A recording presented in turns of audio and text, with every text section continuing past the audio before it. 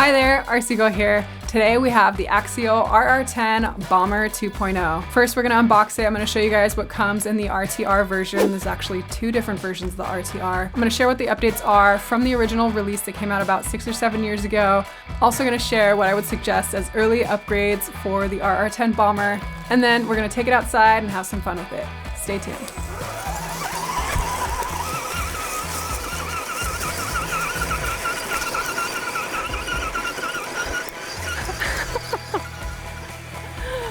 Oh boy.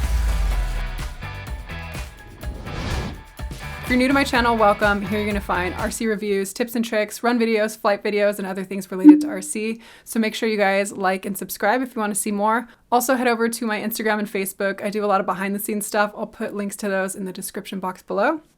Okay, the Bomber. If you guys haven't gotten yourself a Bomber and you're into RC, this is the time. The Bomber is my go-to rig. I actually haven't done a ton of videos on it because it's kind of the one that I just grab and go whenever someone wants to RC. Super capable. It can really handle a lot of different types of terrain with those big 2.2 size tires. Let's unbox this thing and show you guys what comes inside. So first off, the RTR comes in two different versions. The gray Savvy, which is pictured here, or the original blue Slauson version. There's a few differences between the two kits, like the tires and the shocks. We'll cover that in a little bit more detail when we dive in the box.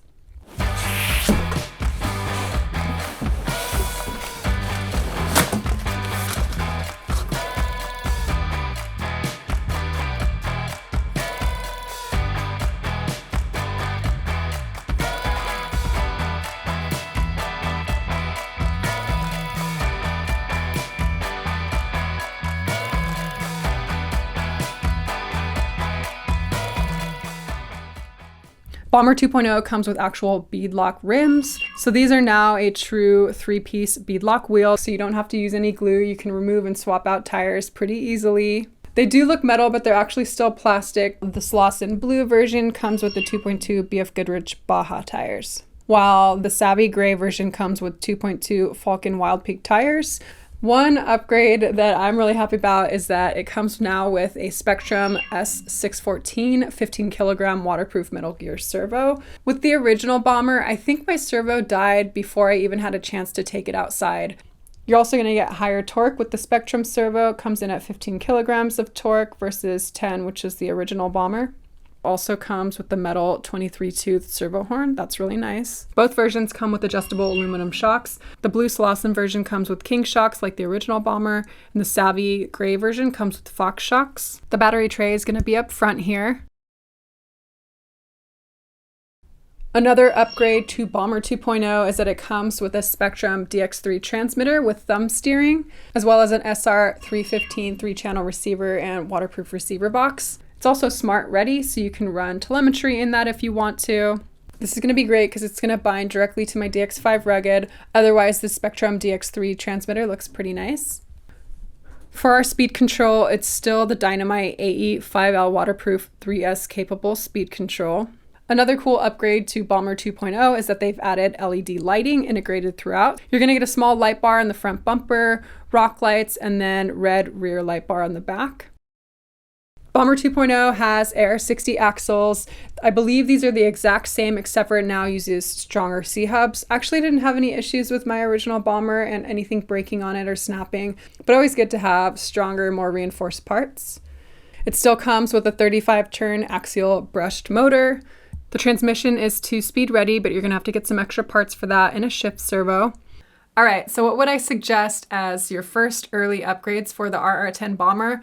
Honestly, it does not need much. I'm actually interested in trying out the Spektrum servo. The original Tactic one, not so great. So I want to test this one out as is and see if we need to upgrade down the road. But honestly, straight out of the box, you're probably going to want to get some metal steering links. There's so much play in these plastic ones up front. These ones are pretty inexpensive and they will do wonders. Second upgrade I would suggest is getting yourself a pair of rear sway bars. The Bomber has a tendency to flip over when you're turning too fast. So you're just gonna like basically tumble on over. These are gonna help get rid of that a little bit. Pick up some sway bars. A couple different companies make these. These are the Vanquish ones. I think I have the Hot Racing ones on my other two Bombers. Either of those will do and definitely help increase your performance. Lastly, not a performance upgrade, but a customization upgrade. I picked up some clear panels. Nobody wants a bomber that looks like everyone else is out on the trail, so I picked up some clear ones to paint myself. I'm gonna go out and airbrush these. Haven't quite figured out what paint scheme I wanna do yet. Always fun to put a custom touch on your rig. The last couple free mods that I've done was removing the rear tire. It does look cool, but it adds a bunch of rear weight when you're crawling. I also did a speed run comparing a bomber with the tire and without the tire, all the same components. The bomber without the tire was a little bit quicker as well. Another mod that I did was kicking back the shocks to the second mounting position. You can see here there's two mounting positions, and I just made it a little bit more aggressive of an angle on the rears. And on the front, I kept the bottom position the same, but there's also two mounting positions up here, so I just moved it to the rear one. It adds a little bit steeper of an angle. And then lastly, I added an XT60 connector. Those are what I use. It was super easy to unsolder the IC3 and add my own connector. I actually have a video on that. I'll link it up here. On my other two original bombers, I did also add a heatsink to the motor to dissipate a little bit of heat. I was running the 5K Scale Ultra with them, so I just wanted to make sure that my motor wasn't going to overheat. I might also add that as well. I'll put a link to all these in the description box below if you guys are interested in checking them out. I think that is it for all the details about this rig. Let's go take it outside and have some fun with it. I set up a Scale Ultra. I'm calling it the Backyard Scale Ultra. We're gonna run this course with the bomber, do a couple laps, see if I can beat my time on the second time around. All right, let's take it out.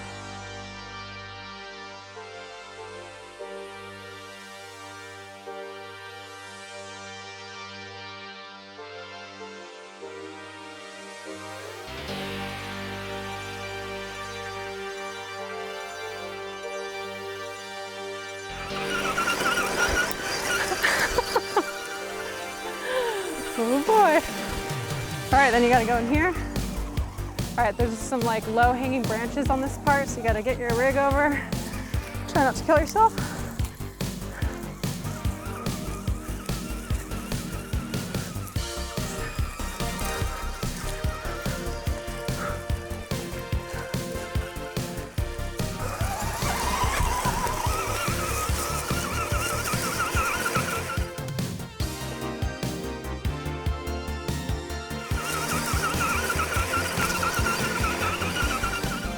And then we gotta go up here. There's so much poison oak up here.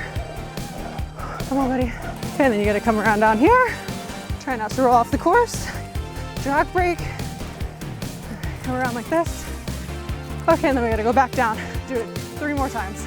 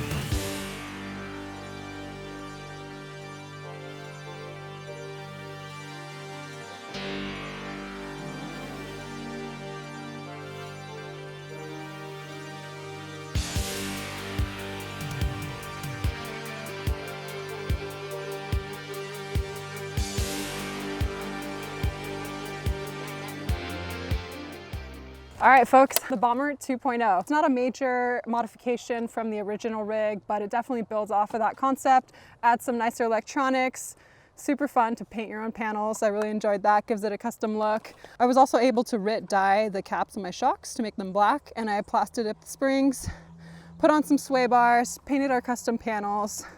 Otherwise, it's mostly stock. I think the new lights add a nice touch. It was really fun. I actually cut about 40 seconds off my time after doing it twice. It's kind of fun. It's starting to warm up out here in California. Hope everyone's staying safe. Thanks to Axial and Horizon Hobby. Yeah, Dante wants to enter the Scale Dog Ultra. Maybe you run with your dog and your bomber up the hill and doing 5K. Hope everyone's staying safe. I'll see you later.